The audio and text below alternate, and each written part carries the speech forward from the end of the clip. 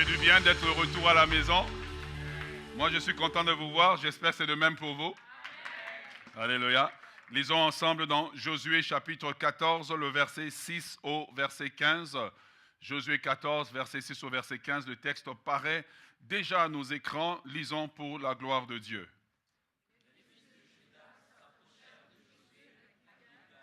Et Caleb, fils de Jephné, le Kénisien, lui dit: Tu sais que l'Éternel a déclaré à Moïse, homme de Dieu, au sujet de moi et au sujet de toi à Kadesh Barnéa. Continuons.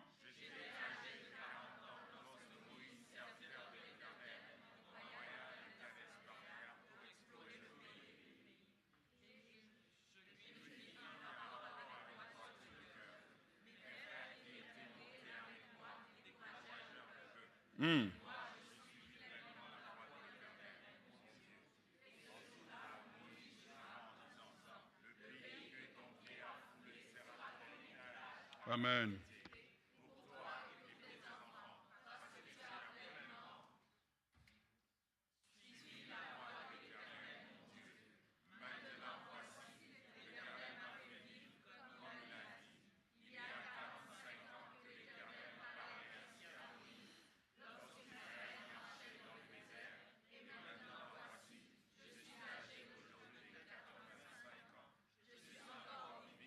Hmm.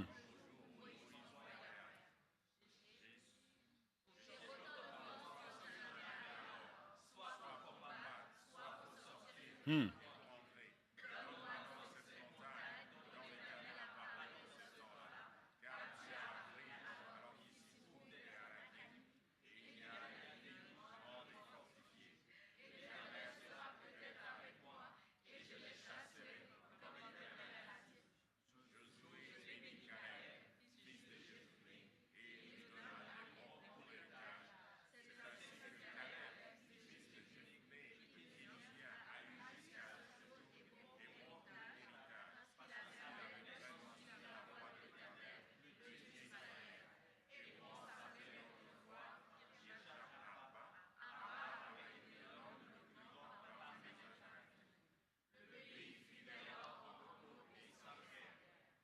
Amen. Tourne-toi vers ton voisin et dis-lui, il est temps de conquérir. Non, mais je veux que tu lui dises sérieusement, il est temps de conquérir. Asseyons-nous dans la présence de Dieu. Ce matin, nous commençons pour ce mois de mars une série de messages et nous entamons aussi la deuxième loi de l'élargissement. Nous entamons la série Inébranlable. Inébranlable. Déterminé à faire des exploits et à conquérir. Rien dans la vie ne vous vient si vous n'êtes pas déterminé. Beaucoup de gens passent leur temps à souhaiter. Ils souhaitent avoir une grande église, mais ne sont pas déterminés. Ils souhaitent avoir un bon mariage, mais ne sont pas prêts à payer le prix. La preuve, c'est que tu espères que c'est ton conjoint qui va changer, ton mari qui va changer. Tu ne t'es jamais vu dans l'équation des gens qui doivent changer. Vraiment, en plein dans les 1000. Tu vois? Or, l'avenir appartient à ceux qui savent se retrousser les manches et à se battre. Mais le titre du message, premier message de cette série Inébranlable, s'intitule « Réclamez ce qui vous appartient ». Dans les coffres du gouvernement canadien, il y a beaucoup d'argent qui appartient à des personnes qui n'ont jamais réclamé. Exemple, on a un système au Canada que lorsque tu donnes tes offrandes, on va te remettre un reçu aux fins d'impôt. Et tu vas le déclarer dans tes impôts pour qu'on te fasse un retour. Mais toi, tu décides de ne pas faire une réclamation. Parce que tu ne réclames pas, on ne te donne pas ce qui est à toi. Et ce qui est pire, c'est que ce même gouvernement te réclame d'autres argents. Donc non seulement tu leur donnes l'argent, que toi tu ne réclames pas, mais en même temps, eux sont en train de te réclamer des choses. Ce que j'aime lorsqu'on parle de Caleb, Caleb dit une chose. Il dit qu'il y a 45 ans, qu'un événement est arrivé. Mais il dit, Dieu m'a fait vivre. Je voudrais juste m'arrêter là un moment. Parce que je pense que Dieu est en train de parler à quelqu'un. Malheureusement, Johnny est parti, donc c'est difficile. Mais il y a 45 ans, il y a peut-être 5 ans, quelqu'un t'a quitté. Tu as pleuré ta peine d'amour, mais Dieu t'a fait vivre. Il y a 45 ans, Caleb a fait une grosse perte. La perte de voir les rêves qu'il avait d'entrer dans le pays promis s'envoler. Il y a peut-être 45 ans pour lui, mais toi, il y a peut-être 5 ans, quelqu'un t'a roulé en affaires. Et depuis lors, tu as eu du mal à te relever. La vérité, c'est celle-ci. Ton cœur bat encore. Tes poumons fonctionnent. Tes jambes fonctionnent. Tu as survécu. You are not that dead. Tu as survécu. Tu pleures toujours, mais tu es vivant. Ça fait toujours mal. Ah oui, il y a des gens comme ça, quand ils te quittent, tu sens vraiment qu'on t'a quitté, quoi. On dirait que quand il est parti, il avait vraiment fait de prendre ton cœur. Et puis il est parti avec. Et chaque mois, tu as comme ta sainte scène personnelle où tu communies avec la souffrance là. Mais tu as survécu. Traumatisé, Caleb, par l'obligation de retourner dans le désert. Nous avons tous dans nos vies des choses comme ça qui nous ont traumatisés. Des choses qu'on pensait, tu sais, quand tu arrives à la fin d'un processus, tu dis, ça y est, c'est terminé, et tu as l'impression qu'on te fait reculer en arrière.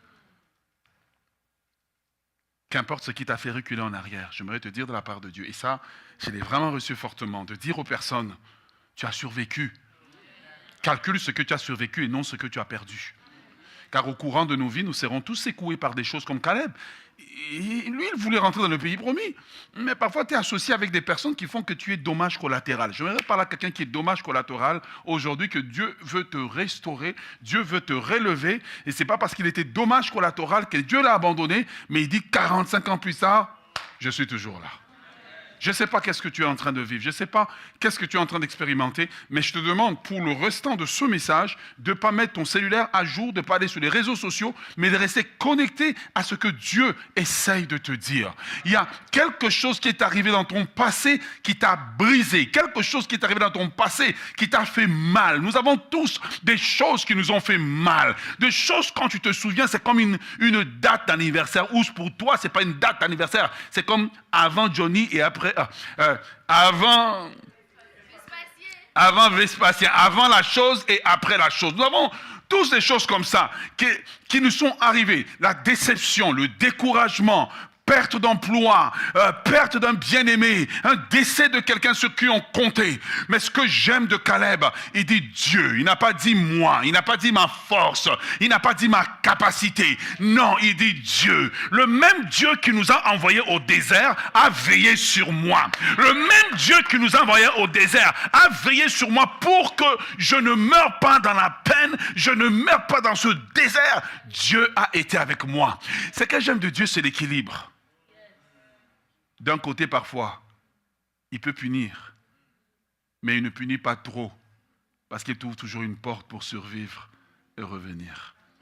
Caleb dit, il y a 45 ans, qu'est-ce qui s'est passé dans ta vie pour lequel tu es en train encore de te dire, il y a. Lui, c'est 45 ans, quelque chose est arrivé. Toi, il y a 5 ans, quelque chose est arrivé. Et cette chose a marqué ta vie. Il y a 10 ans, quelque chose est arrivé. Peut-être c'est arrivé, tu étais enfant, et ça t'a marqué, ça t'a changé. Cette chose qui est arrivée, ça a changé la trajectoire de la vie de Caleb. Et pendant 45 ans, il espère qu'il pourra corriger sa trajectoire. Je suis venu prêcher ce message. C'est le deuxième culte où je le prêche, mais là, j'ai l'angle du Saint-Esprit, et c'est un angle prophétique de réparation des dégâts qui ont été faits dans notre vie par des choses que nous n'avons pas fait, mais des gens autour de nous ont fait ces choses, ou nous ont fait ces choses, et ça nous a affectés.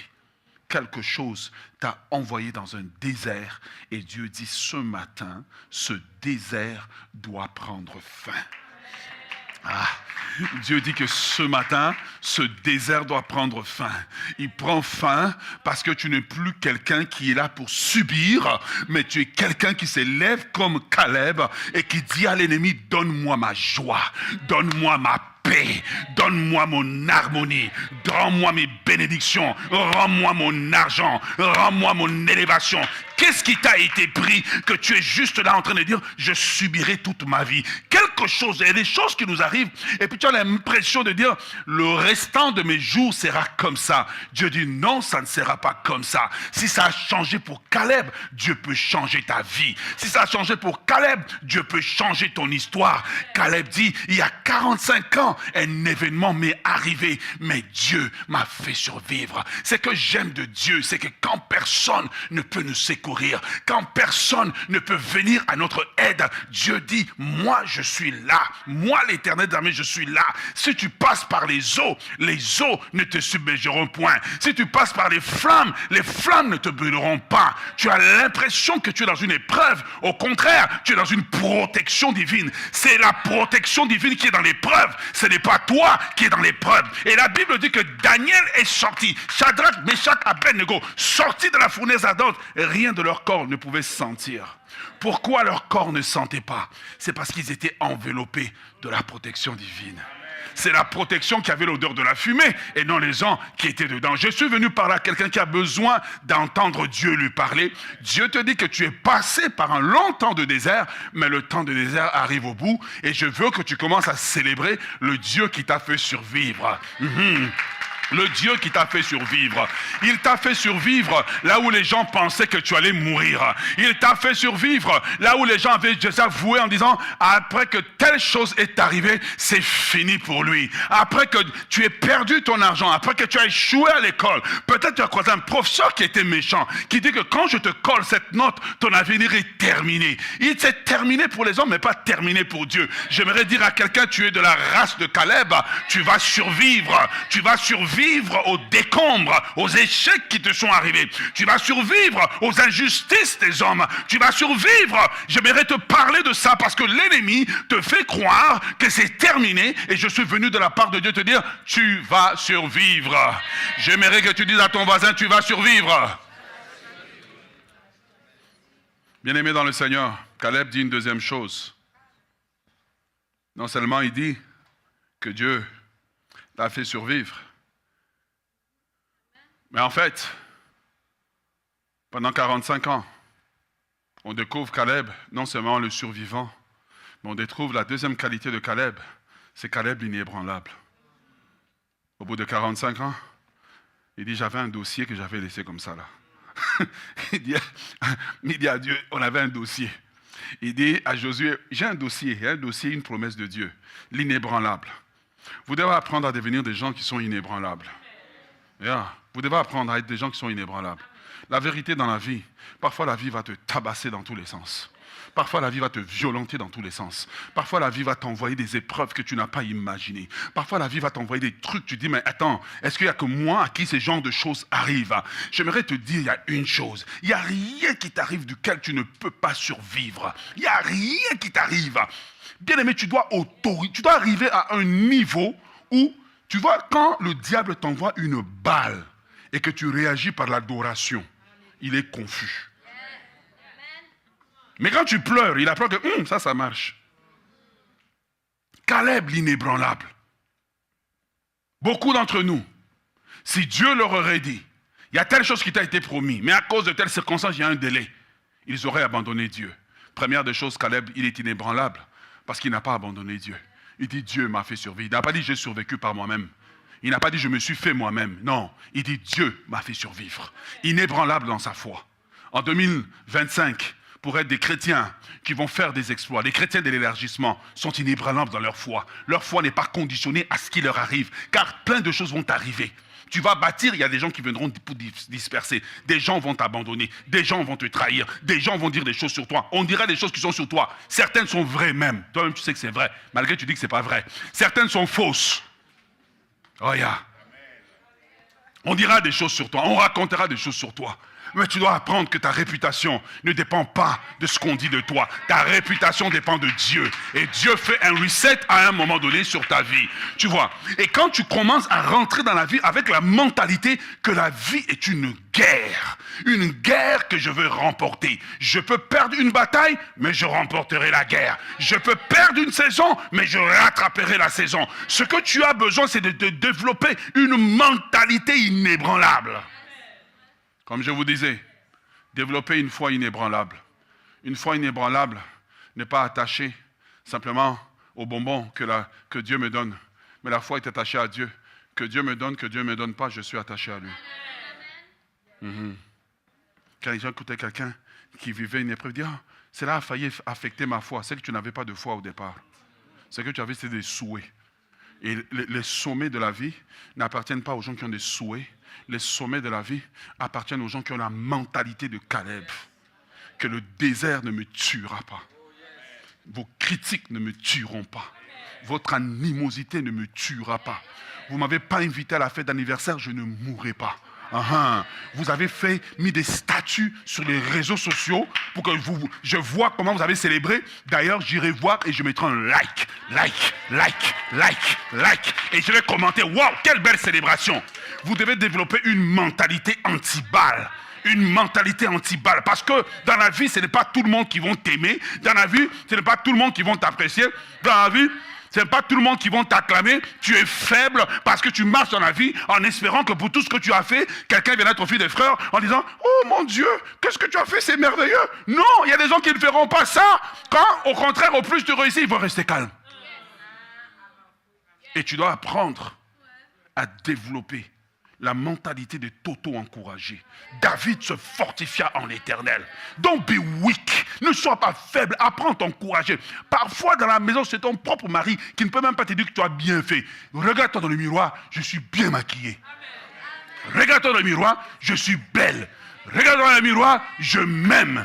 Regarde-toi dans le miroir, je suis bien chaussée. Regarde-toi dans le miroir. Oui, tu dois apprendre que, regarde, Caleb est dans le désert. Tu dois apprendre que ton bonheur ne doit pas dépendre de tes circonstances, mais ton bonheur dépend d'une décision que tu as prise. C'est aujourd'hui la journée que l'Éternel a faite, qu'elle soit pour nous un sujet de joie.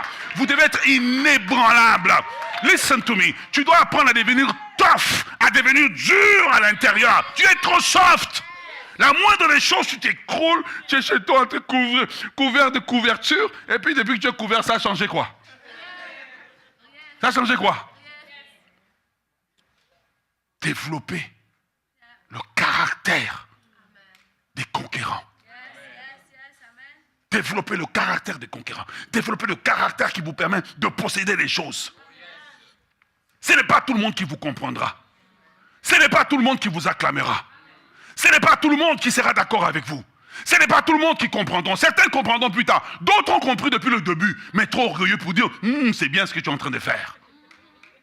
Il faut que tu apprennes à développer ce caractère qui fait que c'est toi qui transformes le désert au lieu que le désert te transforme. Le psalmiste dit avec raison, heureux ceux qui se confient en l'Éternel, car ils trouvent en eux des chemins tout tracés. Lorsqu'ils traversent la vallée de Baca, la vallée de larmes, ils la changent en un lieu plein de bénédictions. C'est eux qui affectent la vallée. Ce n'est pas la vallée qui les affecte. Ce n'est pas la vallée qui les affecte. Devenez anti-balle. Devenez résistant aux circonstances de la vie. Devenez résistant à la dictature des circonstances. Ce que tu as besoin. Ton besoin d'acclamation fera que tu ne seras jamais un conquérant.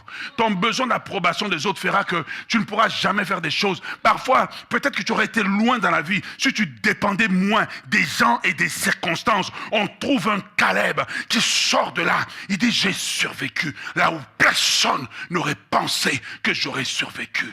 Développe la mentalité du survivant. Tu vois, le survivant, il est comme le crocodile, comme l'alligator. Quand il n'y a pas de nourriture, il tombe dans une espèce de sommeil comme ça en attendant que la bonne saison arrive. Il n'abandonne pas, il ne se plaint pas. Depuis que tu te plains, tu vois les gens, ils se plaignent des cessés, ils se plaignent de cela, ils se plaignent. Le mari se plaint de la femme se plaint du mari. Et c'est comme une balle de ping-pong. Depuis que tu te plains, tu as changé quoi? Si tu vivais la vie avec la mentalité que personne ne viendra à ton secours, tu développerais plus de compétences. Caleb le survivant. Nos prières, c'est des prières d'apitoiement. Oh Seigneur, tu vois mes ennemis et tous ceux qui s'élèvent contre moi. Seigneur, donne-moi la force. Fais-moi grandir au travers de cette épreuve. Déploie-moi. Rends-moi grand. développe en moi les caractères, les compétences que tu as besoin de développer. C'est pour ça que le psalmiste avait raison de dire, déjà ma tête s'élève plus haut que mes adversaires. Dis Seigneur, étire-moi encore, rends-moi plus grand. Quand tu développes ça, Satan commence à avoir peur de toi parce que il ne sait plus par où t'attaquer.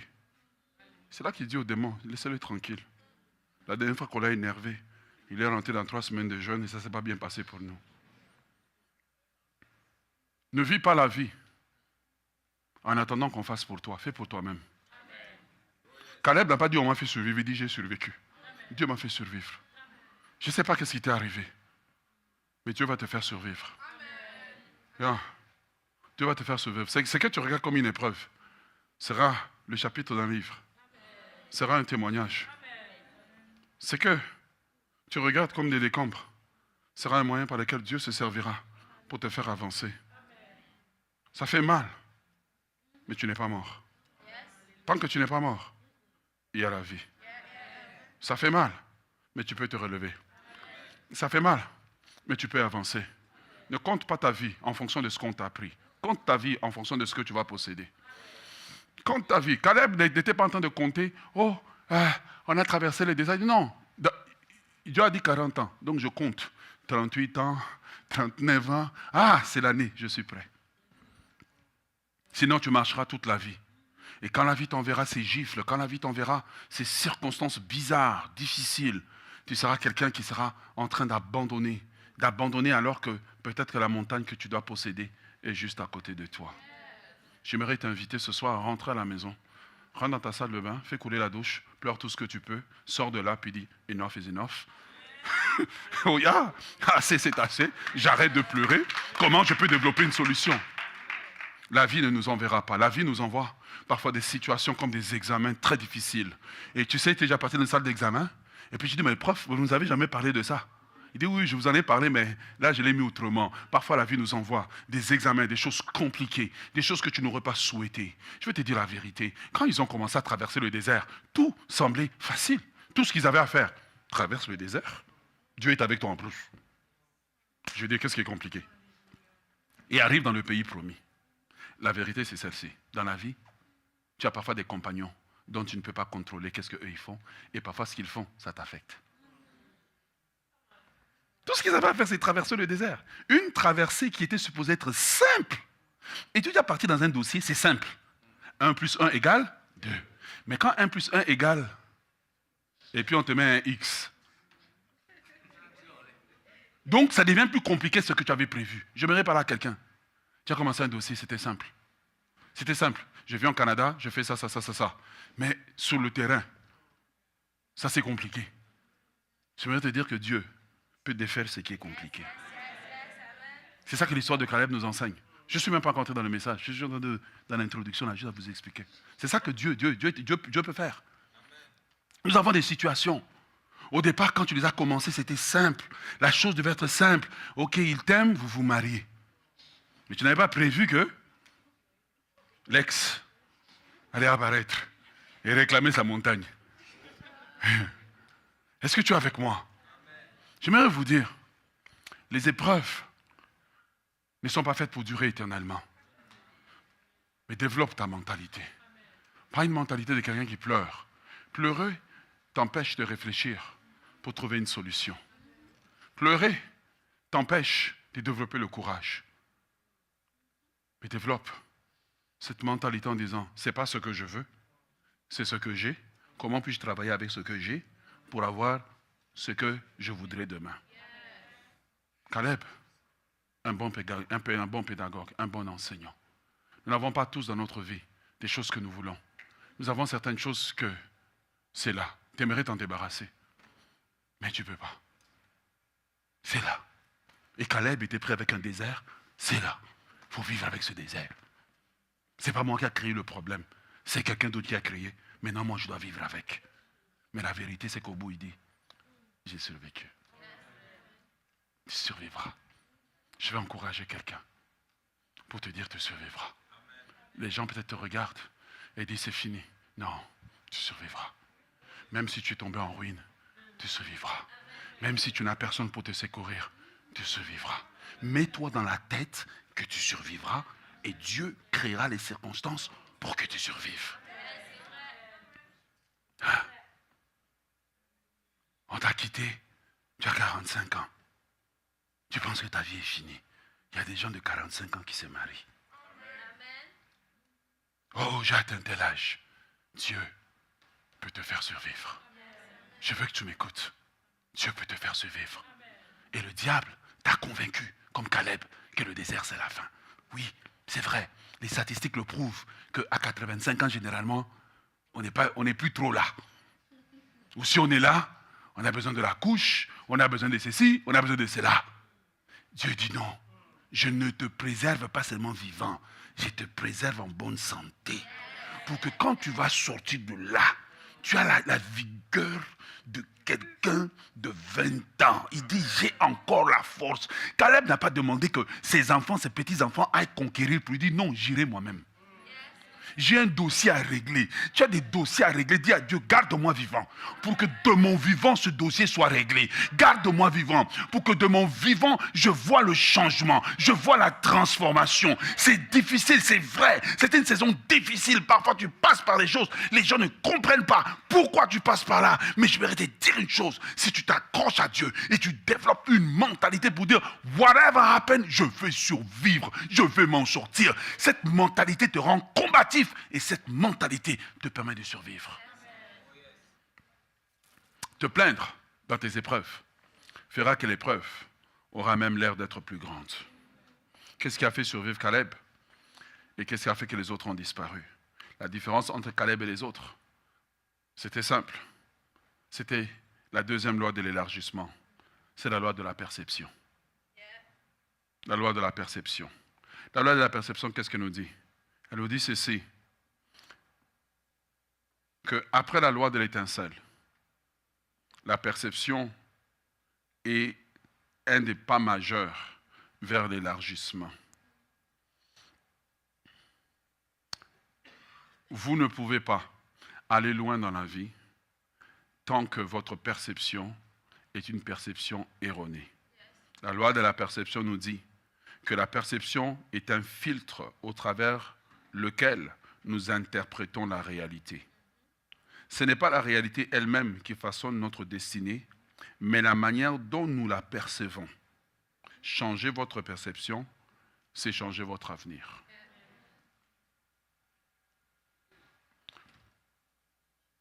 Beaucoup de gens ont une perception erronée de la vie et des choses.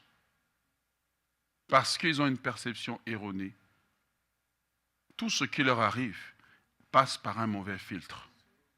Exemple, il neige. Quelqu'un a une perception erronée. Oh, dans ce pays, il fait toujours froid. Il y a encore la neige. Quelqu'un d'autre va dire, oh, il neige. Je mets mon manteau. Je mets mes patins. Et puis je sors. Et puis, je fais de l'activité. Je bénis Dieu pour cette neige blanche que je vois. Toi, tu es chez toi. C'est la même neige qui est tombée pour tout le monde.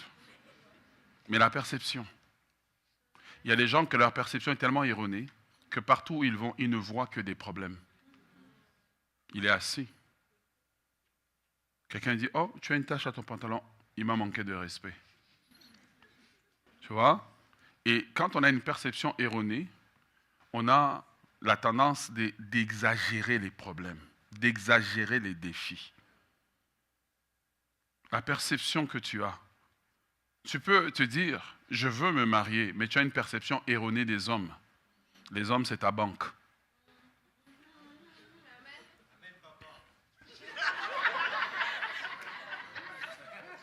Les blessés de guerre. Une perception erronée. Erronée des hommes. Et tu sais, cette perception, ce qui est grave, c'est que ce n'est même pas à toi. Quelqu'un te l'a répété. Une femme te l'a répété. Tu as une perception erronée des femmes. Notre perception va teinter notre réalité. C'est pour ça qu'on dit toujours que quand il y a un problème, Il y a ta vérité, ma vérité et la vérité. Ça veut dire quoi? Il y a ta perception de la chose, ma perception de la chose et la réalité même de la chose. Et combien de gens, parfois tu regardes quelqu'un qui saute un câble pour quelque chose qu'on peut régler dans la paix. Mais parce que sa perception est erronée. Parce que quelqu'un avait pris avantage de toi, maintenant Satan a teinté ta perception et tu as l'impression que tout le monde va prendre avantage de toi. Et donc tu vis une vie où tu es braqué. Tu es toujours en train de surveiller tout le monde, soupçonner tout le monde. Et quand tu tombes sur des innocents comme nous on laisse les portefeuilles là. Donc, parce que bon, il y a des choses qu'on n'a pas subies. Et si tu n'apprends pas à guérir de tes traumatismes, ils vont teinter ton bonheur. Ils vont teinter ton mariage. Ils vont teinter ta façon de voir même l'Église, les hommes de Dieu. Ils vont teinter ta façon de vivre tes relations. Et donc, il est important que Dieu guérisse notre filtre, guérisse notre perception de la réalité. Dans cette même journée que tu maudis, quelqu'un s'élève et dit « Merci Seigneur pour cette journée. Je ne sais pas qu'est-ce qui va m'arriver, mais je bénis ton nom parce que tu me donnes une journée. » Toi, tu t'es levé le matin, tu maudis la journée. Tu te lèves avec les dents qui grincent déjà. Non, je prie que Dieu change ta perception. Tu sais, la vie, elle est belle. Il n'y a que les circonstances qui ne sont pas belles. La vie est belle, il n'y a que les circonstances qui parfois ne sont pas belles. Et les hommes forts n'apprennent pas à vivre la vie en fonction des circonstances, ils vivent la vie en fonction d'eux.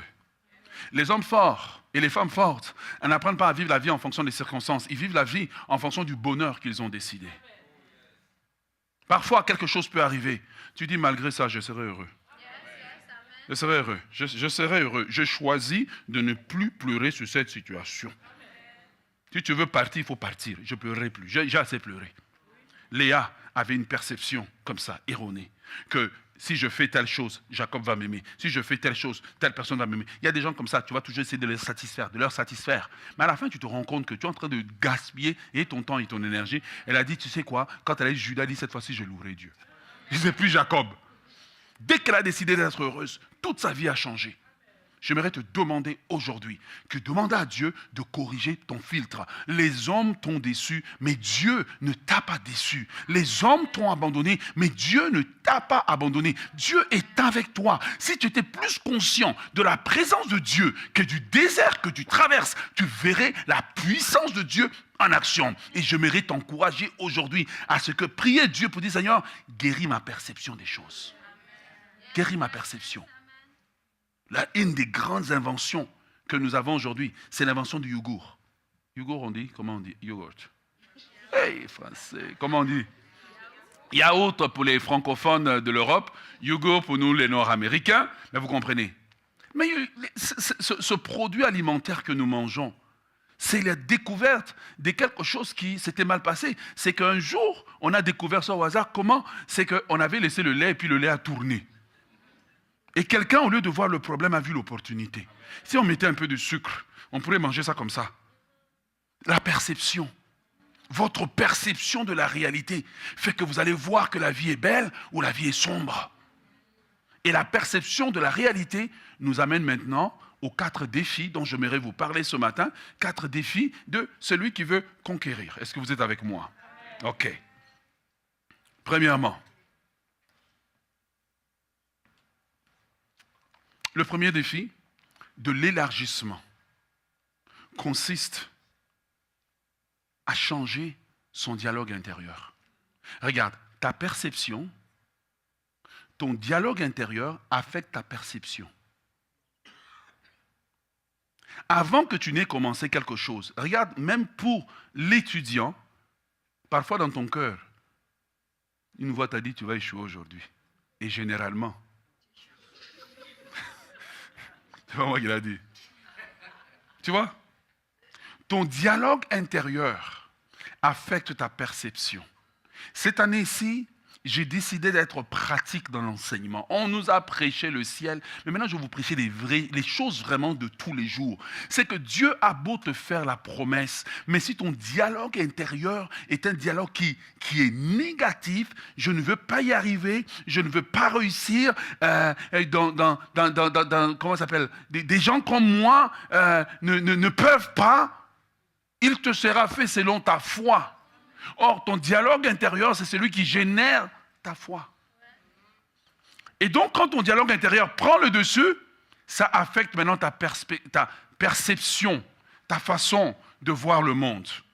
Et voilà pourquoi tu as besoin, alors que nous sommes en train de parler, de réclamer ce qui est à toi. La première des choses que tu dois réclamer, c'est la correction de ton dialogue intérieur. Ton dialogue intérieur ne doit pas parler le langage de tes défaites d'hier, mais il doit parler le langage de tes victoires de demain. Ton dialogue intérieur ne doit pas parler le langage de tes défaites d'hier, mais de l'espérance que tu as demain. Tu ne peux pas passer ta vie à confesser, à conjuguer toujours au passé. Quand on m'avait quitté, quand on m'avait pris, quand on m'avait fait. La vérité, je vais te la dire, on fait à tout le monde, on dit à tout le monde perd, tout le monde gagne. Parfois tu gagnes, parfois tu perds. Si tu crois que quelqu'un qui dit que sa vie a toujours été en haut, en haut, en haut, sache que 50% de ce qu'il te dit n'est pas vrai. J'aimerais t'inviter à demander à Dieu de corriger ton dialogue intérieur. Tu ne peux pas t'élargir avec un dialogue intérieur qui nullifie tout ce que Dieu veut faire pour toi. Tu as un projet à commencer, et si ça ne marchait pas? Si vous êtes comme ça, levez la main dans le cœur. Tu as un projet à faire, et si ça ne marchait pas? Tu as quelque chose à faire. Oh, mais quels sont les éléments qui font que? Tu vois, tu ne regardes pas la vie du côté de la victoire. Tu ne regardes pas un problème en mode solution. Quelles sont les solutions que nous pouvons apporter? Toi, tu es toujours, c'est grave, c'est très grave, c'est terrible. Ah là là là là là. Non, tu as besoin de demander à Dieu, corrige mon dialogue intérieur. Seigneur, donne-moi un dialogue intérieur qui parle ton langage. Donne-moi un dialogue intérieur qui parle selon ce que tu veux. Parce que sans ça, tu auras beau jeûner, tu auras beau prier, mais ton dialogue intérieur va nullifier tout ce que tu fais. Pourquoi? Parce que parfois, lorsque tu pries Dieu, la réponse vient sous la forme d'un problème. Salomon a demandé à Dieu la sagesse. Dieu ne lui a pas envoyé la sagesse, envoyé par un colis livré à sa porte. Dieu lui a donné 2 femmes qui avaient un problème. Et Dieu dit à Salomon, maintenant, exerce la sagesse. Tu vois? C'est quand Salomon a fait ça que les gens disent, il est sage. Tout ne nous vient pas en mode solution. Tout ne nous vient pas en mode préfet. Parfois, certaines choses viennent comme un chaos organisé. Et tu dois te poser la question, Seigneur, mais c'est quoi? Et une des choses que j'aimerais te donner comme conseil, quand tu es dans un problème que tu n'arrives pas à solutionner, au lieu de te plaindre, au lieu d'aller en mode attaque comme tout le monde, assieds-toi, dis Seigneur, je suis le bienvenu dans ton école, qu'est-ce que tu veux m'enseigner? Étire-moi, enseigne-moi, montre-moi, rends-moi plus sage, rends-moi plus intelligent. Seigneur, si je ne peux pas le solutionner, c'est qu'il y a quelque chose que tu essaies de m'enseigner. Corrige ton dialogue intérieur. Ne parle pas ce que le diable veut. Parle ce que Dieu veut. Parle ce que Dieu dit. Et tu verras le changement autour de toi. On voit un Caleb qui a été dans un désert, mais qui sort avec un langage propre. Il dit, Dieu m'a fait survivre. Il n'a pas dit, pendant 45 ans, Dieu m'a abandonné. Quand Dieu m'a abandonné par un psaume de Caleb, quand Dieu m'a abandonné pendant 45 ans, il dit non, Dieu m'a fait survivre. Tu vois, c'est le même langage que Joseph va avoir. Il dit non, vous aviez prévu de me faire du mal, mais Dieu l'a changé en bien. Et il dit même que Dieu m'a envoyé ici pour vous faire survivre, pour vous faire vivre, pour vous préserver de cette destruction. Il faut que la lecture que tu as de ta vie puisse changer pour que ta vie puisse changer. Est-ce que tu es avec moi? Si tu es là, acclame le Seigneur. Numéro 2. Pourquoi est-ce que les gens n'arrivent pas à s'élargir? Deuxième défi. C'est le défi que vous avez, c'est le défi de changer les schémas de famille. L'incapacité de changer les schémas de famille fait que des personnes qui devraient posséder ce que Dieu a pour eux ne possèdent pas ces choses. Tu vois? Nous venons tous des familles qui ont des façons de faire. Quand Dieu appelle Abraham, il dit à Abraham, va-t'en de ton pays, va-t'en de ta patrie, de la maison de ton père, va vers le pays que je vous montrerai. Nos familles ont mis en nous certaines choses qui nous limitent. Nos familles ont mis en nous une certaine façon de penser. Nos familles nous ont fait croire certaines choses. Et parfois, ce n'était pas par méchanceté, mais c'était à cause de ce qu'ils ont vécu. Est-ce que vous êtes avec moi? Et donc, on t'a souvent dit, dans notre famille, on ne réussit pas. Dans notre famille, on ne produit qu'une personne de grand. Dans notre famille, on n'est pas riche. Dans notre famille, il faut souffrir pour avoir les choses. Dans notre famille, tu vois, on t'a répété des choses depuis que tu es enfant. Et tu vois, le problème d'Israël, c'est qu'ils étaient sortis d'Égypte, mais ils avaient encore une mentalité d'esclaves. Le problème, ce n'était pas les géants devant eux, c'était les géants en eux. Et si tu ne traites pas ces géants qui sont en toi, si tu n'apprends pas à renverser et à refuser certains schémas de famille, tu vois, tu ne pourras pas. Et je le disais dans le premier service, tu vois, beaucoup de gens, je dis, je ne serai pas comme mon père. Mon père était comme ça avec ma mère. Quand il se marie, il répète exactement le schéma de famille. Parce qu'un schéma qui n'a pas été détecté ne peut pas être changé. Certaines personnes, moi, je ne vais pas faire comme ma mère. Le premier chose qui t'arrive, que quand tu grandis, tu ressembles à ta mère, il faut tout cracher. Et quand tu te maries, tu reproduis exactement leur mariage. Ce que tu avais dit, tu ne feras pas. Tu es en train de le faire. Tant que les schémas ne sont pas détectés, vous allez répéter la même chose. Ce que vous appelez souvent, oh, esprit de célibat, esprit de divorce, ce n'est pas esprit, c'est les schémas. C'est le schéma. Et tant qu'un schéma n'est pas examiné et que vous ne l'amenez pas à Dieu, Caleb, quelque part, doit avoir dit, Seigneur, je suis dans ce désert, mais que je ne répète pas les erreurs que mes pères ont commises. Que je ne répète pas les erreurs que mes aînés ont commises. Il faut que Dieu puisse demander à Dieu de briser le schéma familial dans lequel vous êtes. Sinon, vous allez répéter la même chose. Le pire avec un schéma, c'est qu'au départ, quand tu commences, tout a l'air bien. Mais à un moment donné, c'est comme si on est en train de te réorienter maintenant. De te réorienter. Et si tu n'apprends pas à t'asseoir, à prendre une feuille de papier et à écrire, mes tantes étaient comme ça, ma mère était comme ça, mon père était comme ça. Ton problème, c'est que tu as une idée, une vision romantique de ta famille. Ma famille, tu sais, c'était des grands chasseurs.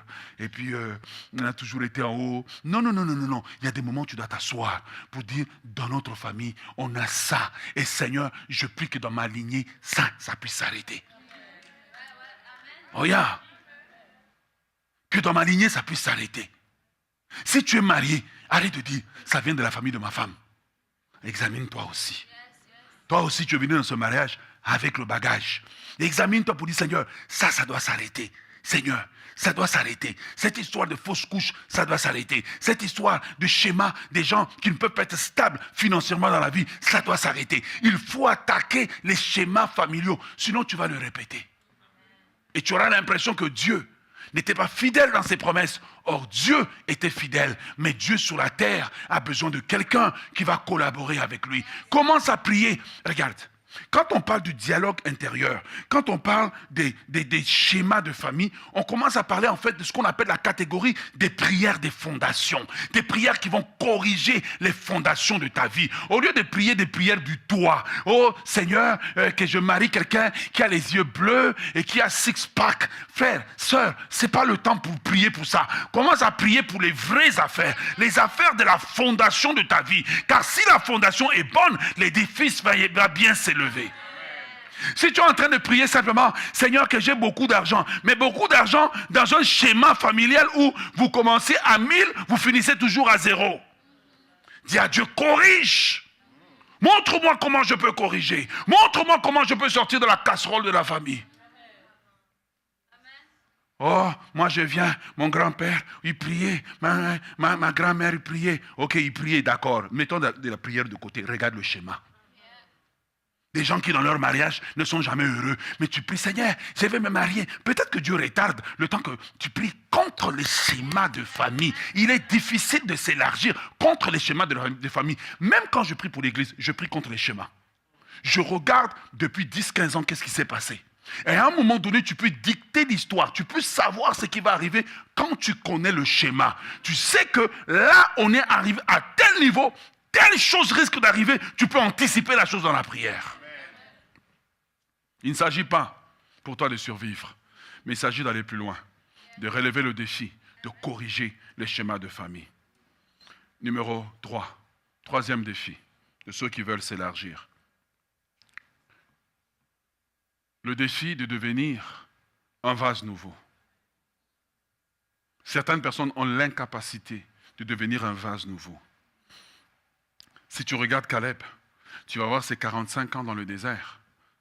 Il ne parle pas comme quelqu'un qui est vieux fini. Au contraire, il est devenu un vase nouveau. Il est devenu un jeune homme. Il s'est transformé. Beaucoup de gens ne peuvent pas s'élargir parce qu'ils sont exactement la même chose que quand ils sont sortis du ventre de leur mère. Il est à l'état neuf. Donc il n'y a pas eu de mise à jour. La capacité de se transformer intentionnellement. Vous ne pouvez pas changer quand vous avez toujours les mêmes amis. Quand on regarde tes médias sociaux, tout le monde a ta couleur de peau. Tout le monde vient du même pays que toi. Tout le monde. Donc, il n'y a rien qui te challenge en fait. Il n'y a rien qui te met au défi. En fait, tu es là avec les mêmes personnes, les mêmes conversations. Vous savez qu'à tous les 3 mois, vous allez avoir une dispute. Dans laquelle vous allez promettre que vous ne vous parlerez plus. Mais tu sais au fond de toi que vous allez quand même revenir. Parfois, nous avons développé une addiction à ce qui ne marche pas. Nous avons développé une addiction aux relations toxiques. Nous avons développé une addiction aux choses qui nous détruisent. Mais Jésus dit, on ne peut pas mettre du vin nouveau dans un vieux vase, dans une vieille outre. Tu vois, Caleb, pour devenir le conquérant, il s'est transformé. Car celui qui parle, il a peut-être le visage de quelqu'un d'âgé, mais à l'intérieur de lui, il est jeune. C'est comme ça que tu vas croiser des gens. Ils sont jeunes, mais ils sont âgés. Je dis, comment tu réfléchis comme un vieux, comme ça, des vieilles pensées, comme, il n'y a rien, tu n'es pas joyeux. Non. J'aimerais que tu te transformes cette année-ci intentionnellement. Achète un livre qui va te forcer à raisonner. Dernièrement, j'ai trouvé un livre que j'avais acheté dans ma bibliothèque, qui m'a juste... Je lis le livre est très simple. Vous voulez savoir le sujet du livre? Comment réfléchir? Non, il y a des sujets de livres. Et je m'assieds vraiment avec le livre et il explique comment réfléchir. Toi, tout ce que tu regardes, c'est des chaînes de politique de ton pays. Tu es payé pour ça. Tu reçois des dividendes. Tu vois comment les gens se bloquent eux-mêmes dans la vie. Élargis-toi intentionnellement. Lis des livres. Regarde des documentaires qui vont t'élargir. Tu dis, oh, je n'ai pas de travail, et je cherche dans ce pays, tout est difficile. Je te donne un devoir. Cette semaine, va, lave-toi, parfume-toi, habille-toi bien. Achète un journal, lis, ouvre la page de la bourse. Achète-toi dans un endroit important, lis le journal, même si tu ne comprends pas, lis. Prends quand même, lis. Change d'environnement. Tu ne peux pas espérer rester avec les mêmes personnes et espérer que quelque chose de différent va t'arriver. Tu dois briser les schémas de ta propre vie. Si dans un cercle, c'est toujours toi qui as raison, c'est toujours toi qui connais, c'est que tu es dans un endroit qui te tue. Sois avec les gens qui vont te challenger. Sois avec les gens qui vont challenger l'information qui est en toi. Sois avec les gens qui vont te forcer, qui vont te dire non, ce n'est pas comme ça, c'est comme ça, comme ça, comme ça. Sois avec les gens qui vont t'étirer. Change des choses. Tu ne peux pas vouloir devenir un vase nouveau veut dire, c'est se dire, écoute, j'ai une addiction aux médias sociaux. Le temps que tu perds à scroller là, à descendre, tu n'es en train de rien apprendre. J'ai besoin, cette année-ci, de vous voir pratico-pratique. Quelqu'un qui obéit au principe de Dieu priera peu, mais il aura beaucoup de résultats.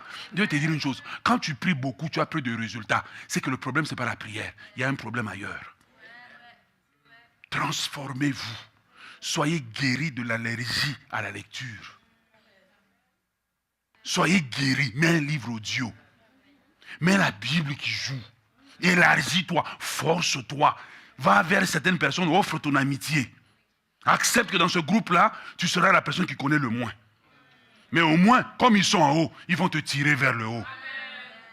Mais toi, tu es toujours avec les mêmes personnes. Pourquoi? Parce que tu es un hypersensible. Tu as peur qu'on te dise que tu as tort. Puis là, tu es fâché pendant 3 semaines. Tu as peur qu'on te dise que tu ne connais pas. Non.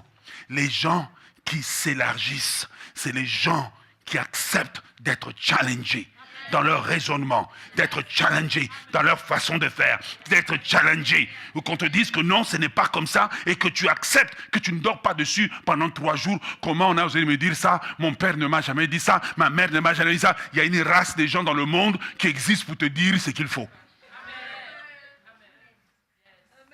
Même si tu ne dis pas amen.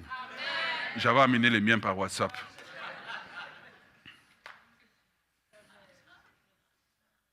Élargissez-vous. Cette année-ci, je vous prêche quasiment en vous suppliant. Si je regarde les gens, élargissez-vous. Fais tout au travail. Sois l'ami du boss. Étudie-le. Comme on étudie vraiment une proie, tu l'étudies. Il aime ça. Il regarde le hockey. Quand tu le vois, les Bruins, ces derniers temps, ça ne va pas. Hein? Il entre à l'ascenseur à 10h05. Intentionnellement. Caleb était intentionnel. Donne-moi cette montagne. Tu veux une promotion? Sois intentionnel. Sois intentionnel. Intentionnel. Je veux ça. Qu'est-ce que je veux pour l'avoir? Dans la vie, on ne te donnera pas tout. Il y a des choses que tu dois aller toi-même mettre en place des mécanismes pour les avoir.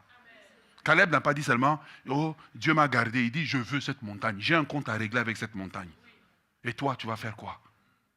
Tu vas souhaiter seulement. Tu vas seulement attendre le prochain temps de jeûne pour venir prier, parler en langue. Et quand tu as fini, tu fais quoi? Tu es juste assis. Je vais avoir un 5plex. Ok, qu'est-ce que tu vas faire pour l'avoir? Tu es un R9. R9, c'est pas Cristiano Ronaldo. Hein.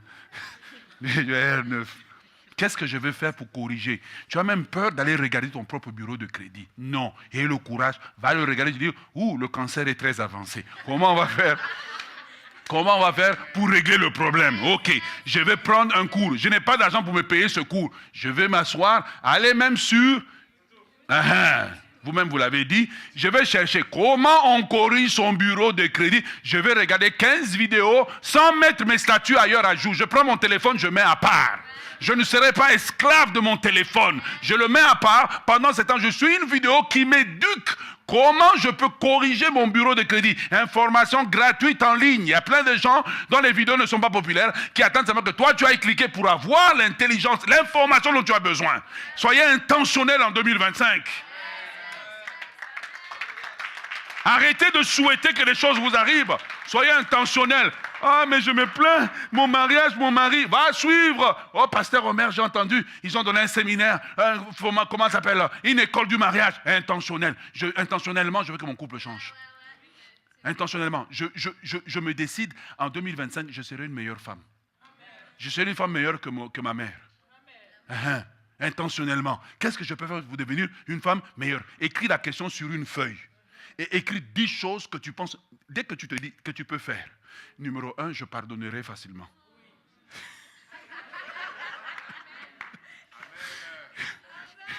Et les hommes ont dit amen. Je pardonnerai facilement. Numéro 2, j'arrêterai de croire que mon bonheur dépend de mon mari. Mon mari n'existe pas pour me rendre heureuse. Je serai heureuse moi-même. Bon, après ça, vous allez sauter dans la liste. Quatrième des choses. Quatrième défi des gens qui veulent s'élargir, c'est développer l'art de transformer l'offense en opportunité. Tu sais, dans la vie, il y a des gens qui sont des hypersensibles. Peut-être il m'en veut depuis 3 ans. Moi-même, je ne sais pas. Moi, je dis, salut frère, ça va. Je m'en veux. Apprenez à transformer vos offenses en opportunités. Derrière une offense, il y a une opportunité. David arrive, il voit Goliath, il dit, je vais aller le combattre. Son frère lui dit, je te connais, tu es orgueilleux. Quand tu es né dans une famille où tout le monde est petit, tu seras toujours l'orgueilleux, quand tu as des rêves. Et qu'est-ce qui se passe? Son frère lui dit, tu es orgueilleux. D'ailleurs, je connais la malice de ton cœur, mais tu ne connais pas les projets de mon cœur. Et qu'est-ce qui se passe? David, il a l'opportunité de prendre l'offense comme un terminus ou de s'en servir comme un tremplin. Il y a plein de choses qu'on vous a fait. Servez-vous-en comme un tremplin. Seigneur, dans ce qui m'énerve ici, qu'est-ce que je peux apprendre? Qu'est-ce que je peux apprendre? Ne soyez pas des victimes de l'offense. Il y a beaucoup de gens, c'est des victimes de l'offense. Parfois, celui qui t'a offensé n'était même pas au courant qu'il t'a offensé. Ne soyez pas des victimes de l'offense, mais soyez des vainqueurs de l'offense. Soyez des personnes qui changent le mal qui leur a été envoyé en bien. Oh, moi, on m'a toujours trahi. Est-ce que tu sais que si on t'a toujours trahi, c'est même une bonne chose? Tu peux écrire un livre, 84 trahisons qu'une jeune fille peut avoir. Come on!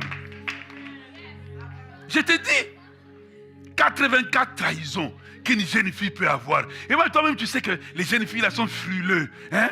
36 peines d'amour. Tu vois, tu mets les livres là, tu as transformé l'offense en opportunité. Laisse-moi te raconter 2 choses qui vont arriver bientôt. Je ne sais pas, peut-être pas cette année ici.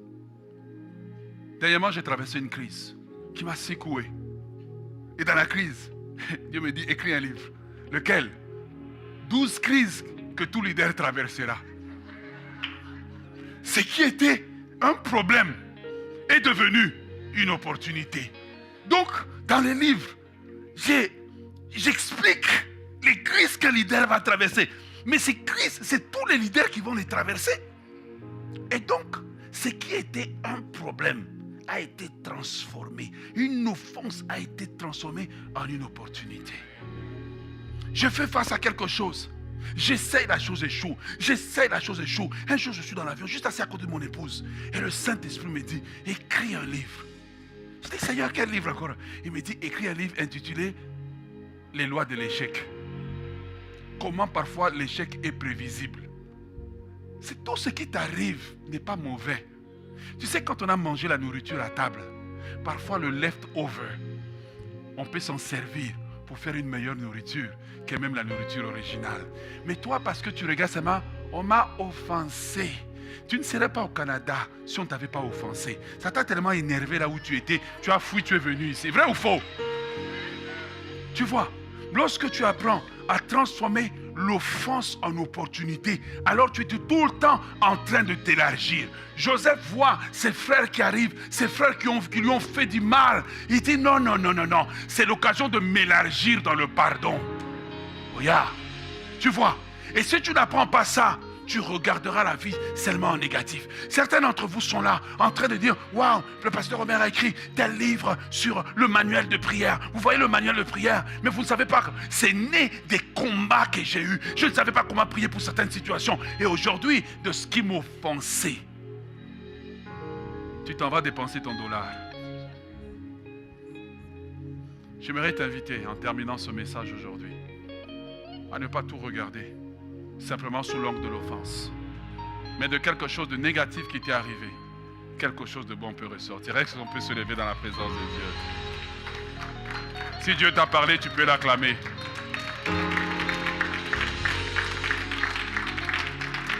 Si Dieu t'a parlé, tu peux l'acclamer. Rentre dans cette semaine comme Caleb. Rentre victorieux, rentre fort. Et relève les défis de l'offense. Lève tes mains, j'aimerais prier pour toi. Père, je voudrais prier pour ceux qui souffrent. Ceux qui ont vécu quelque chose qui a fait que leur destinée a été retardée. Ceux qui ont vécu quelque chose qui fait qu'aujourd'hui ils semblent comme être paralysés. Ceux qui n'ont pas reçu la vie avec les bonnes cartes, les circonstances négatives. Alors que nous sommes en train de prier, que le Saint-Esprit fasse le ministère auprès de vous. Que vous trouviez la force de vous relever.